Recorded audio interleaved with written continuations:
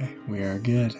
Hello, everybody. My name is Colton. I am from Colton Iverson Writing, and just tons of other stuff. I'm still working on my brand.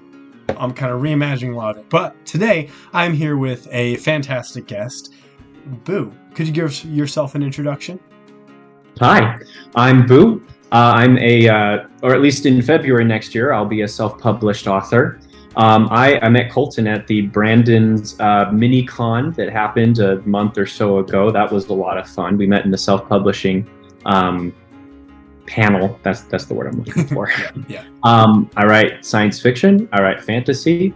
I read those and a whole lot of other stuff. And just because I'm going to assume the question comes up at some point, Boo does come from To Kill a Mockingbird, not Monsters Incorporated. Just going to get that out there right now. I mean, that might as well be our first topic. So your name comes from Boo Radley in How to Kill a Mockingbird?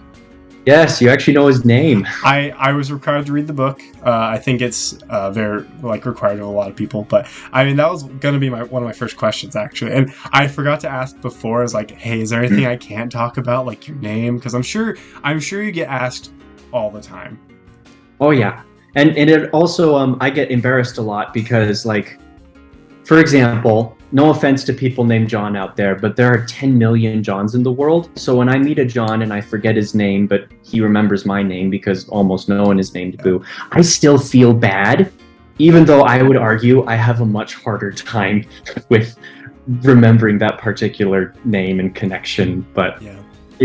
I still should remember better, but that's it happens. It's okay. I think it's becoming more common to see different names, especially as internet and just our parents and stuff have gotten we're a little different, not as traditional, at least their generation. I don't want to assume your parents' age or anything, but if they're in their 50s, 60s, late 40s or whatever, they probably were a little different with their naming schemes.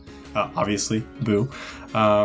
So what do you think of your name? Obviously, I'm sure you've gone through a journey of where you weren't sure, but now you love it. But what do you think of your name?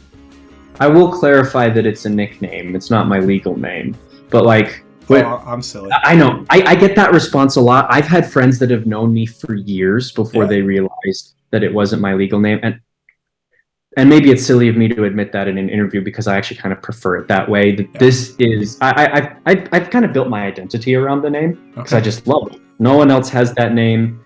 It's weird. It's unexpected. It helps keep me from being too serious. Because that is something that I easily fall into sometimes. It's easy to get too serious and down on life. And that reminder just helps me to remember that there is silliness everywhere and you can learn to be happy even when things are tough. That's true. I almost switched back to my legal name in second grade, but then there were 5 other kids in the same grade, in the same class, no less, with the exact same name. And from that point on, I was no, I need to be an individual. So it's Boo for the rest of my life. Well, you don't have to tell me your real name, but I assume it's John, and that's why you mentioned John. Anyway, no, that's really cool, actually. I fully believed it was your actual name, your legal name, but the fact that you've kept it ever since you were that young is actually really impressive. Because I met, I can't remember, it was somebody I interviewed and they had a name that could be considered a girl's name, but it's one of those gender neutral names, but it's more like a guy named Kelsey kind of situation. Yes, kind of like that. And he went through this journey of he hated it, and his parents who gave him the name even expressed hey, you can go by a different name, but then he found out this is my name, this is who I am. So, and that's awesome. I think that's really cool. So anyway, I'm glad you love your name. I think it's hilarious that friends that don't actually know your true name. I think that's really cool. They'll find out about it eventually, especially since, if they all get together, someone will start teasing me by calling me the regular name. It's okay, and then it'll lead into a different kind of conversation because a name is as much a legal thing as it is sort of a philosophical thing. How you choose to identify yourself and think of yourself can be different from what you write on your school papers. So that's true. Well, and when you actually start publishing, it'll be very unique to have somebody named Boo. And I think Ludlow. I was scared about that. What'd you say? I didn't think anyone would take Boo seriously. Really? I found there are very few, but I did find out there are a few authors out there named Boo in genres comparable to my own that are making a living, and that was a huge. Well, like, I don't know. Most people hear Boo and they think of your boyfriend or girlfriend. Not everyone, but a lot of people. Yeah. So I did have a period of time where I was really nervous that people would look at my name and immediately shut down my books just based on that. But, yeah, I got over it. I decided to go with it. That's good. No, be confident. I think, like I said earlier, it's interesting. It's different. Like when I met you and you told me your name, I double took, but that was just because I didn't expect it. But after that, I was like, yeah, it's no problem at all. It's not weird. So, did I tell you the most common response I get, or the favorite response I've ever gotten? I told someone that my name was Boo, and he goes, "Bill." Sir, how did you get Bill out of that? They start with B, and that's it. That's the only common denominator. Clearly, he was reaching. Yeah. It was pretty funny. No, that is very cool. Well, I'm glad we were able to have a nice discussion about your name. I think that is so cool. I think that is so interesting and fun. Just because it's harder to be unique these days, because you could say, oh, I'm writing cyberpunk or science fiction or whatever, and people be like, oh yeah, I know hundreds or thousands of authors who write science fiction cyberpunk.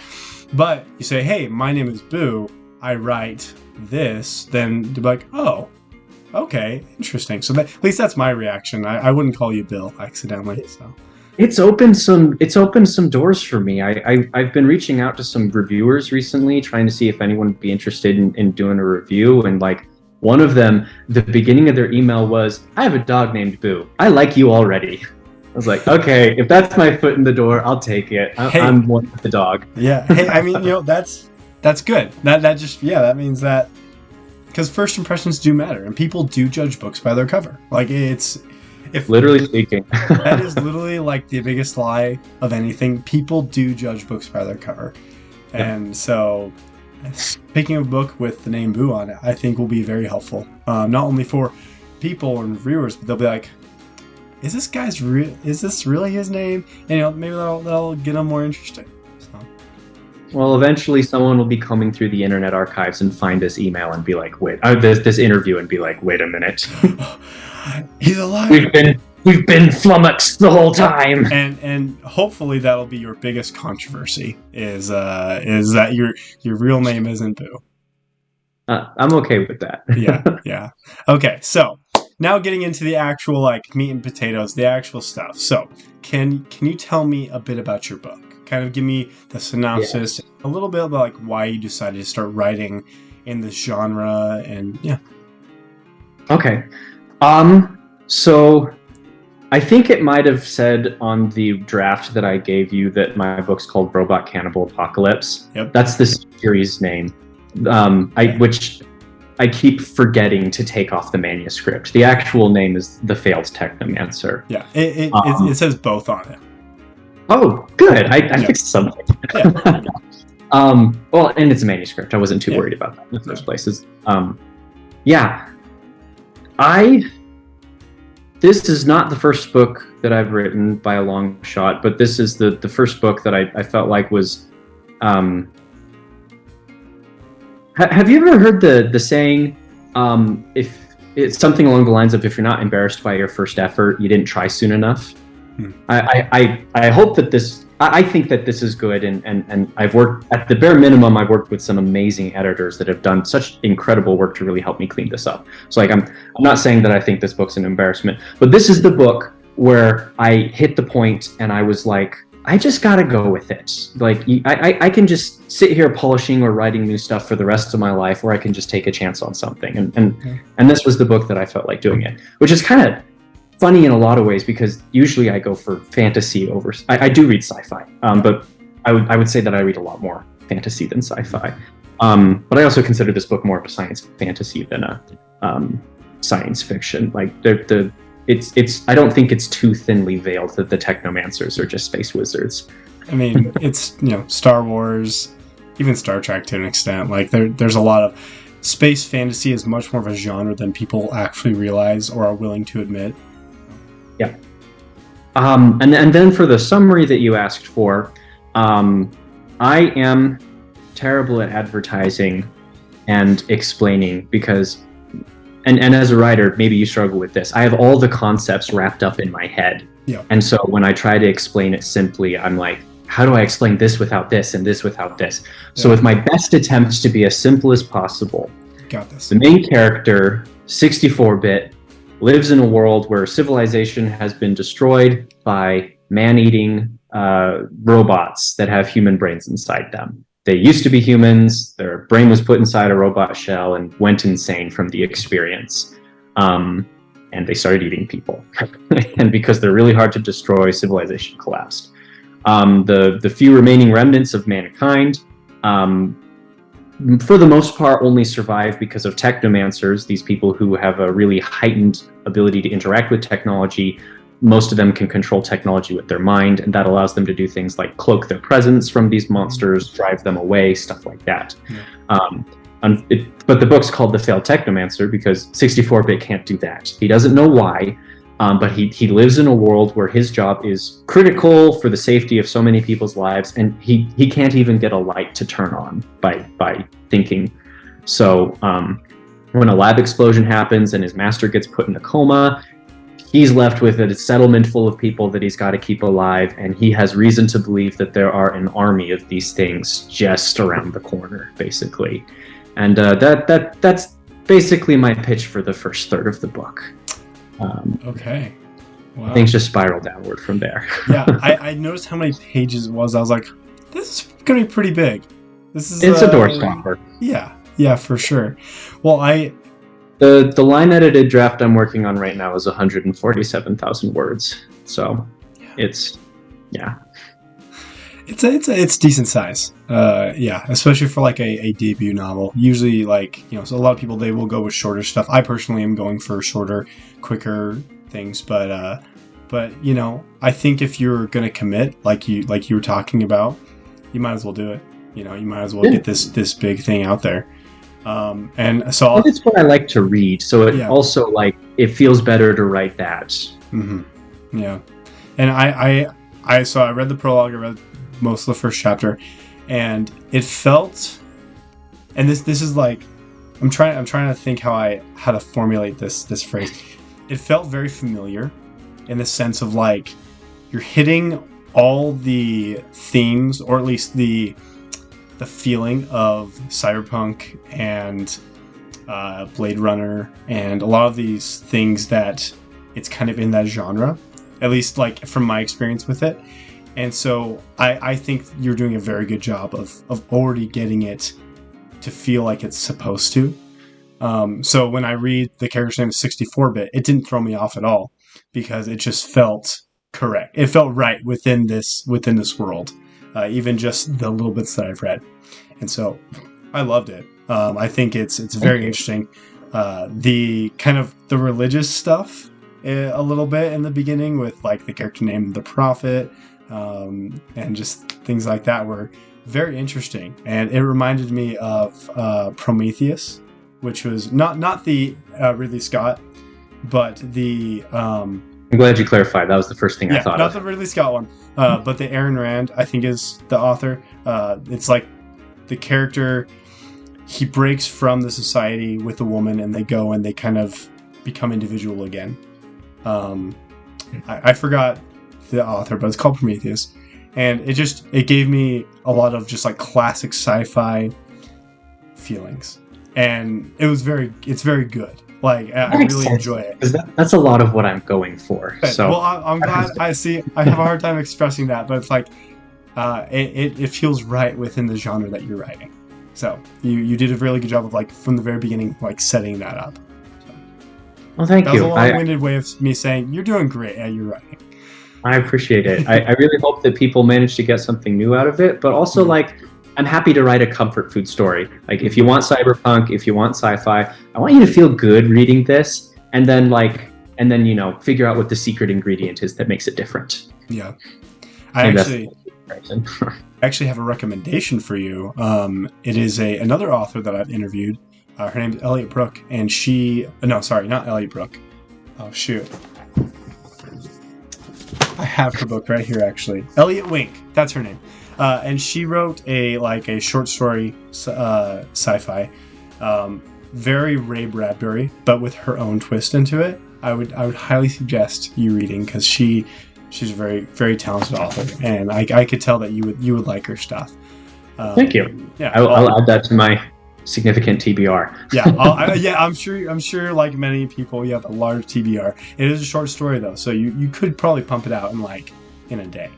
But I found through interviews like this and just like Twitter and different groups, I actually love sci-fi a lot more than I used to. It used to be just watching movies, but now I have a much bigger appreciation for actually reading it.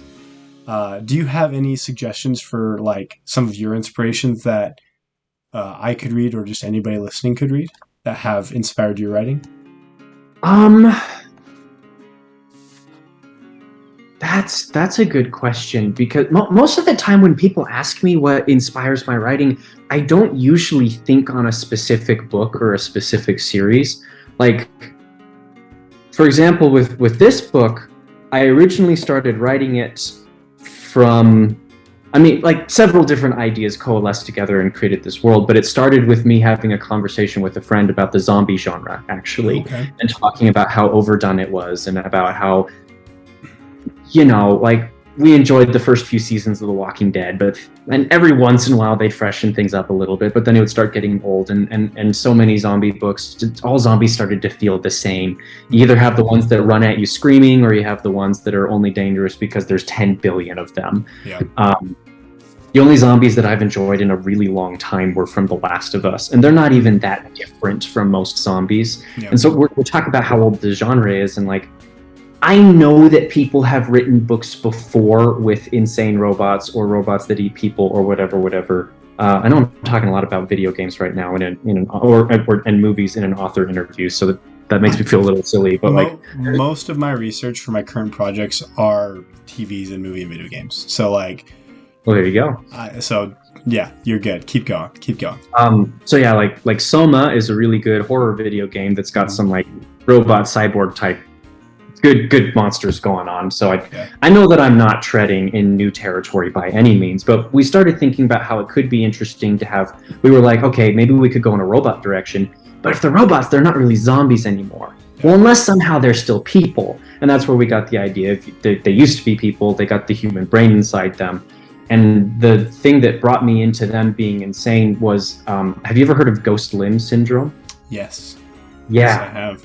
It's terrifying. Yeah. And I was like, if you had your entire body replaced with what's effectively a super complicated prosthetic, could you have ghost limb syndrome, but for your entire body? That would literally drive you insane. Yeah. And for me, so it wasn't a particular book that inspired me down this. It was that idea of okay, now this isn't a story, but this is a world. And this is a world seed. And once I grow that out, then I can find a story. Once I grow that world's tree out, I guess, since I'm using that metaphor, then I can figure out a branch that is a story within that. But anyways, so yeah, but in a more direct answer to your previous question, I would say some of my most inspirational authors have been Orson Scott Card, C.S. Lewis, Tolkien, and Brandon Sanderson. Brandon Sanderson, really? Oh, no one's ever heard of him. He's so underground. I would like to say that I've been really inspired by Frank Herbert, but I actually only started reading his books recently, so I wouldn't say that I have enough years of experience with him to feel like he's super influenced me. Yeah. But I did really like Dune when I finally. In my opinion, unfortunately, some people complain about Dune these days, but for me, I read this book and I was like, this could have been published yesterday and I would have not known any better. It's so immaculately done. He did an amazing job. I think it's why it is obviously it's very popular, but I would still consider it a cult classic, because new people are always finding it and always realizing, oh my gosh, this is amazing. And he did such a good job of researching and everything. It's fantastic. So I agree. Have you read any Asimov? Oh, I like Isaac Asimov. Okay, Yeah, I was like, he's really good. he's got really good. all Yeah, the yeah, yeah. robots. Like, you got to. You're talking about iRobot, and he did Foundation, right? Yep. Yeah, That's like, yeah. that's like his main series. Yeah, I will admit I've not read all of Foundation. I read Prelude to Foundation and really liked it. I got started on the main Foundation book, and I don't remember why I never finished it, but I didn't end up finishing it. I keep wanting to say I loved his Jurassic Park books, but then I remember that's Michael Crichton, completely different author. Yeah. Still great. Yeah, so wonderful. Yeah. Asimov is classic. That which I might be tangenting just a little bit. It's okay. But I will admit, I get a little bit peevy. It's a little bit of a pet peeve when people, a lot of people like to harp on, you have to constantly read the new stuff, you have to constantly be up to date, you have to somehow keep up with everything that's going on. And I'm like, A, that's impossible with the amount of books that are coming out right now.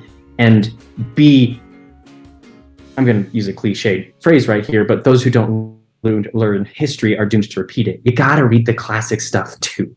You don't have to read everything back in the day. Like, I'm not saying that everyone who writes fantasy has to read the whole Lord of the Rings series. You're not required to do that, but you got to read some of the old goody stuff. Like, yeah. No, anyway, I'll get off my soapbox now. I agree with you. I think it's becoming sort of a badge of honor if you have this massive TBR. And I've seen some pushback from different authors and YouTubers and stuff like, hey, what do you like? Your TBR is not like this amazing thing that you have to show off. Like, you should read for the pleasure of it. You shouldn't read because it's popular. You know, I have read Brandon Sanderson, All the Cosmere many times because I love them. I have read the Spiderwick Chronicles every year ever since I picked them up because I love them. You know, I reread the same stuff a lot because I love it. You don't have to keep up with all the new stuff. And like you said, it's impossible. Just like it's impossible to keep up with all TV and movies and everything because there's just not enough time. Like, you know, you have to be very careful about where you spend your time. And sometimes sticking with the classics that you know are going to be good and with stuff that you've read is going to be, you know, even more rewarding because you pick up stuff. So I agree with you. Very well said. I agree with all of it. Nice. My current reread is I'm reading. If you're familiar with Watership Down, I'm reading it to while my wife's breastfeeding our baby to put her to bed. I read it to both of them, and we started with The Hobbit and then went to Princess Bride, and now we're doing Watership Down. And those three books in particular, I think I'll read them at least a few times as my kids are growing up because they're wonderful books. I didn't read Watership Down young enough to consider it influential either, but definitely Princess Bride and The Hobbit were very big for me when in shaping my reading interests growing up. Yeah, I completely agree. I haven't read Watership Down. I know about it, but Princess Bride and The Hobbit, books that I've had with me for a long time. But enough about that. I want to learn before we finish up here pretty soon. I want to learn more about you. So your book, you're publishing it in February, right? Mm-hmm. Okay. What is like? Are you just self-publishing on Amazon? Like, what is? Are you traditionally publishing? Because I know you. I think you said you worked with a publisher, but like, what's your process going to be? I tried to work with publishers, and I got, if I remember correctly, for the most recent. So I'm hoping to get 2 books self-published next year. The Failed Technomancer is basically a for sure at this point, and then I have one that I really would like to do in November. Okay. That'll depend on how quickly I can do stuff with my editor. But that one, the second one, I think I submitted it to, like, at least according to my Excel spreadsheet, I've got 300 or 400 agents recorded there that I sent emails to. So like, I was just busting my butt trying to go through the traditional process and just feeling really powerless the whole way. Because like I knew that the book wasn't perfect, but I knew that it was good. I thought that it had a genuine chance. I believed in it. And we are in a market that is so saturated and so filled with and in addition to being so saturated with books, it's really saturated with gatekeepers. And the more that I started learning about that and experiencing it for myself, the more that I was like, okay, I didn't originally want to self-publish because I just wanted to write. I didn't also want to do the business side of things, but like, maybe I need to grow up and take more responsibility for myself and for all of my craft rather than this narrow aspect of it. And then actually what the kick in the butt that pushed me over the ledge was I got fired from my last job. I'm still unemployed now, actually. Yeah. But I got fired, and I at that point I had 3 manuscripts that I'd written, and I'd gone through my writing group with a bunch of stuff, and I looked at the stuff that I had and I said, let's just do this. Let's just take a chance. We got some savings. Let's just move forward. Let's just hire an editor. Let's just make things happen. And bless my wife, she was just so supportive. Yeah. And she's been a rock for me every step of the way when I'm sitting at my laptop going, what have I done? My baby's gonna starve. It's been honestly, miracle after miracle has helped me to get here. Yeah. And I couldn't be more grateful. So I don't know if I answered your question directly, but like I started wanting traditional publishing. I moved into self-publishing, and even though it wasn't my first choice, I'm genuinely happy to be here. I feel very blessed. I'm really excited to do this in February next year. Yeah, and honestly, another huge unexpected blessing out of this, I've been meeting way more people in the community, like you and like and many other people, since I started doing this, that I would have never encountered in my life if I had stayed as private as traditional publishing can be. And it's forced me to get out of my shell a lot, interact with more people, discover a lot more things. Like there's no doubt in my mind. I'm not one of those people who say someday traditional publishing is going to disappear. Those people don't know what they're talking about, in my opinion. But while I'm not a huge fan of the stranglehold that Amazon has on the market, I do think, and this is already happening, so I'm not being a prophet here, but like self-publishing, it's growing. It's really taking over more of the market. It's way more accessible because, like, especially with the options we have available to us today, I'm not trying to be the next Brandon Sanderson. Yep. I want to sell enough books that I can take care of my family and make a living. I do something that I genuinely love and am passionate about, and that is so doable. It's not.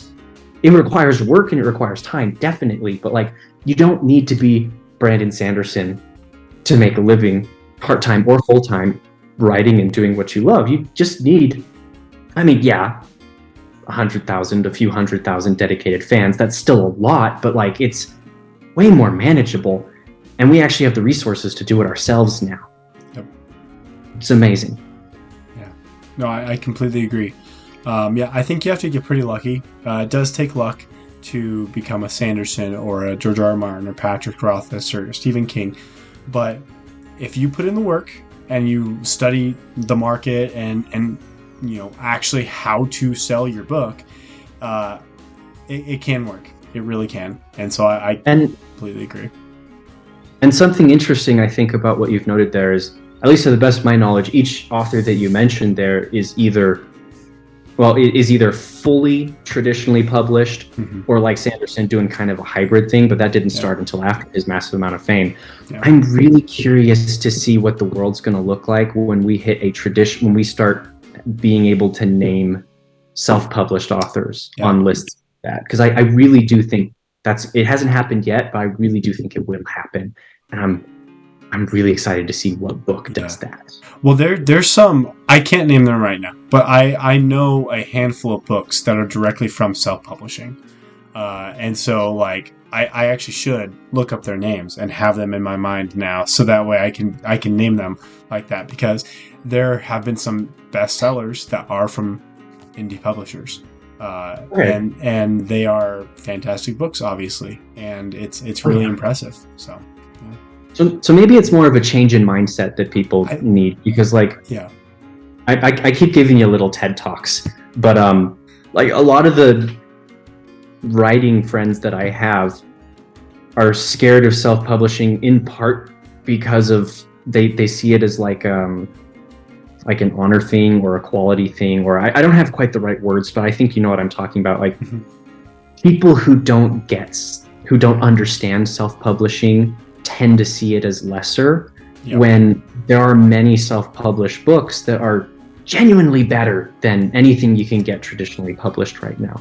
That we don't need the traditional gate. And I've read some really terrible traditionally published books. How a book has been published doesn't determine whether it's good or not. Yeah, it's all in what the agent and the publishing company is looking for at the time. I don't like bashing on any authors, but for example, there's Twilight. I would say Twilight is not a very well written series.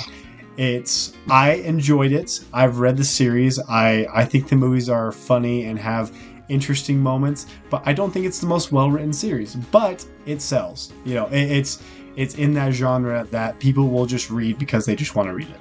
And so you're right. It doesn't matter if it is self-published or if it's traditional. And I have read some self-published that are better than traditional. And a lot of people, they just start buying books because of the name behind it, and they don't even read the book. So yeah. Basically, this has been a lot of fun. Just I've really enjoyed this. Of course, no, I appreciate it. Like I said, it's one of my favorite things to meet. And it's kind of like whether you're traditionally published or whether you are indie published or whether you're not published at all. I see just finishing books as success, and so I just really love talking to people that have finished books, that are in the space and that are trying really hard.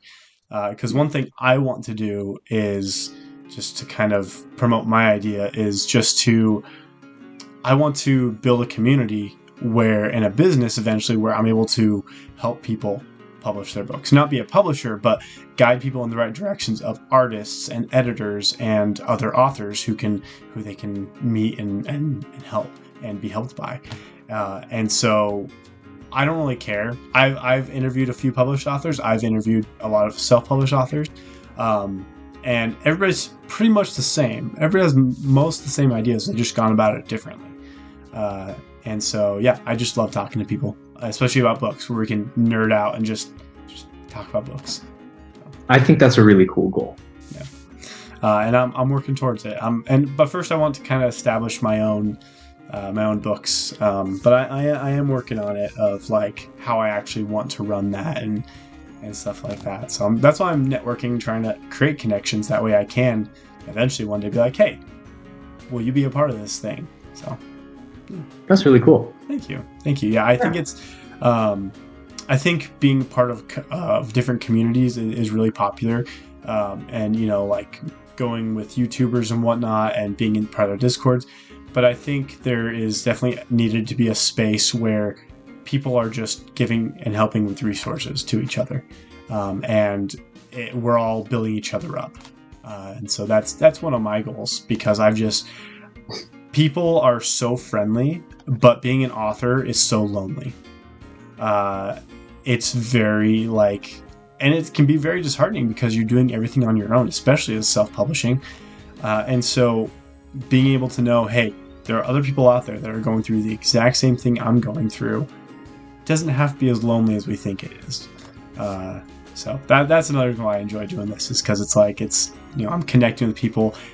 Like, we met in person first, but I've met and interviewed so many people that I have never and may never meet in person, just because the internet's amazing and we can do this type of thing. So. Yeah, it's. I couldn't have said it better. And yeah, that's a great goal, and I look forward to seeing that succeed one day and being able to be one of the weird. That this word doesn't mean anything anymore, but one of the weird hipsters that can be like, I knew that guy before he was cool. Yeah. I knew that guy before anyone knew him. Yeah, we had an interview. I didn't interview him, but back to our conversation about traditional and self-publishing. I do agree with you. I don't think it matters if you're self-published or traditional. You can be successful either way. If you put in the work, if you network, if you do all the things you need to do. It is hard. It is a ton of work. I don't think people realize that when they go into self-publishing, of how much work you actually have to do. But it's possible. It really is. It is doable. It's hard. I think that understanding is the one area where it does matter. I mean, in the sense that if you choose self-publishing, you need to understand you've got a little bit more of an uphill battle because a lot more of it's on you. Although that said, you have less of an uphill battle than the traditionally published author with a publisher who's given up on him. Yep. That guy's basically dead in the water. So just depends on where your particular situation is, I guess. Exactly. And also, one of the things that from the very beginning, when I started researching and trying to figure out, okay, what do I want to do? Because I think everybody has the idea, oh yeah, I want to be published, so they look into traditional publishing.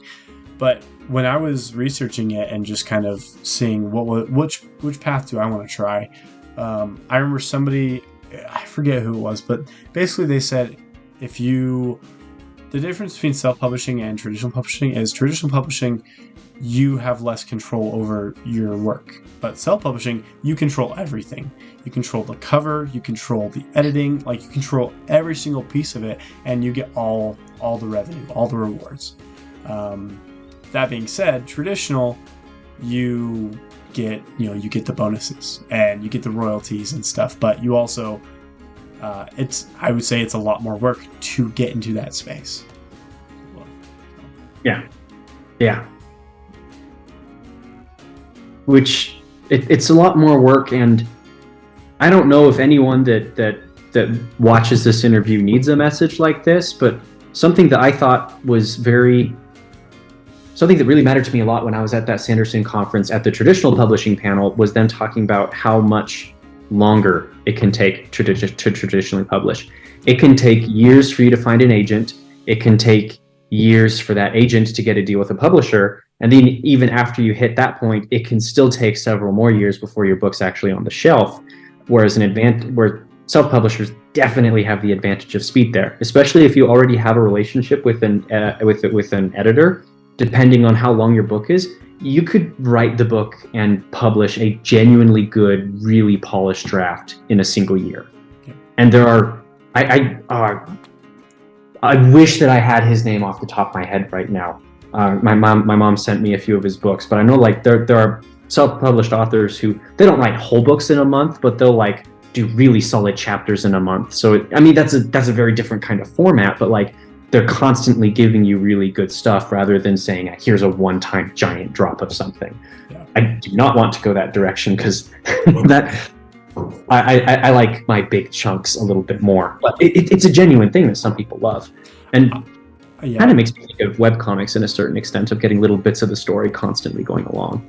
Well, one thing I have learned is there's literally a community and a very successful set of authors on Amazon that sell literally one-page stories, and there's thousands of them, and some of them have hundreds and thousands of reviews, and so they're very successful selling these literally one-page stories, and it doesn't matter what genre you're in, there will be a market for it. Like, there is a way to sell what you're doing. You don't have to write. You can write big books. You can write short books. You can do everything in between.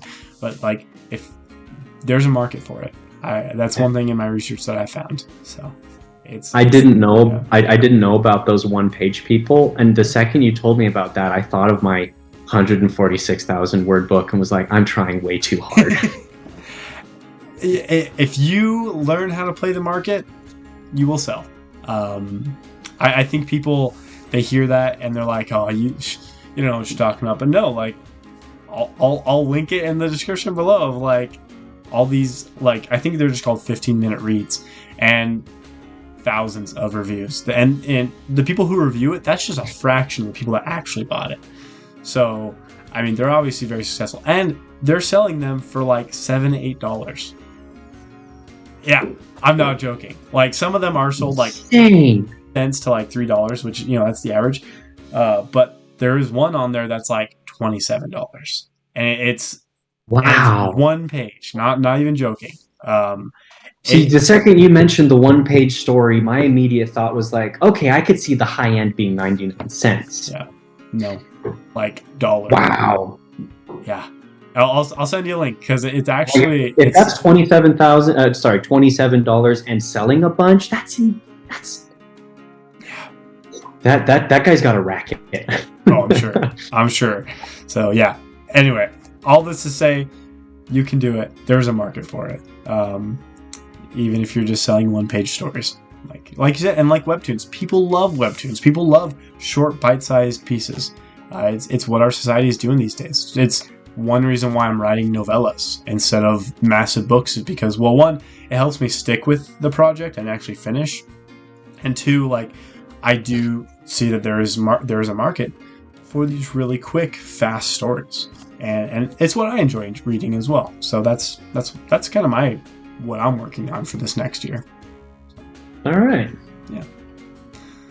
But, well, Boo, is there any final thoughts, words, TED Talks that you want to get across to the people as we're finishing up here? Oh, well, my TED Talks just come spontaneously. I don't have a ton of prepared TED Talks. Okay. I know. I want to thank you for this interview. I guess I'll just finish up with a little self-promo. Failed Technomancer's coming out in February of next year. It'll definitely be on Amazon because that's where 70 to 90% of all ebook and audiobookdom is. I'm doing my own audiobook for that, and that'll be coming out at the same time as the ebook and the print copy. So very impressive. Very impressive. I dabbled in voice acting once upon a time, and another funny little story. I have an uncle who's a professional voice actor. I asked him for some suggestions on a voice booth before going into this, and he suggested this really, I wish I remembered the name, but this really interesting portable voice booth that's like 10 minutes to set up, 10 minutes to take down, which for my cramped house is really convenient because then I can move it in and out of my office, which is also the baby's room. So it's advertised as a portable booth.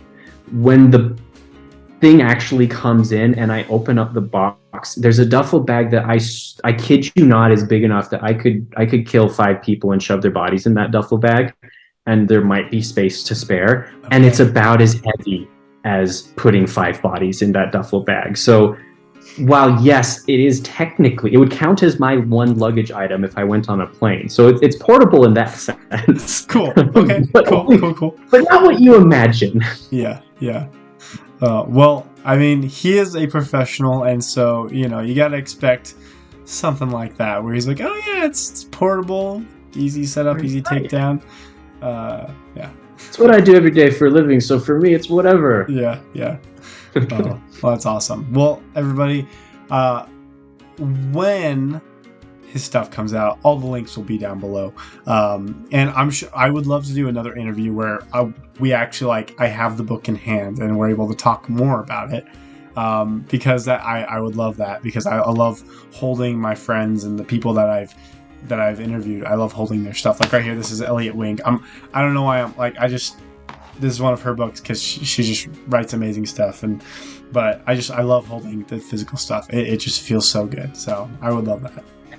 Give me a shipping address and I will send you a copy the moment that I have some, because I'm definitely planning on ordering a bunch to send out to people. Good. Yeah. And we can definitely talk marketing and stuff too, because I think it's I've found a lot of good resources. So. All right. Awesome. Well, cool. Well, everybody, thank you so much for watching. Be sure to check out Boo's stuff. Do you have any socials or anything that you can share around? My blog, Boo Ludlow Books, right. BooludlowBooks.com. Yeah, BooLudlowBooks.com. I might have just spelled something. And all the rest of my socials are there. I'm most active on Twitter, but I've got Twitter, I've got Facebook, I've got Goodreads. Someday I might give Instagram a try, but I'm at heart an old fogey, so probably not. Okay. Well, those will all be linked down below, so you can find him everywhere. But Boo, thank you so much for coming on, everybody. Thank you for watching, and we will see you next time. Bye-bye. Have a good one.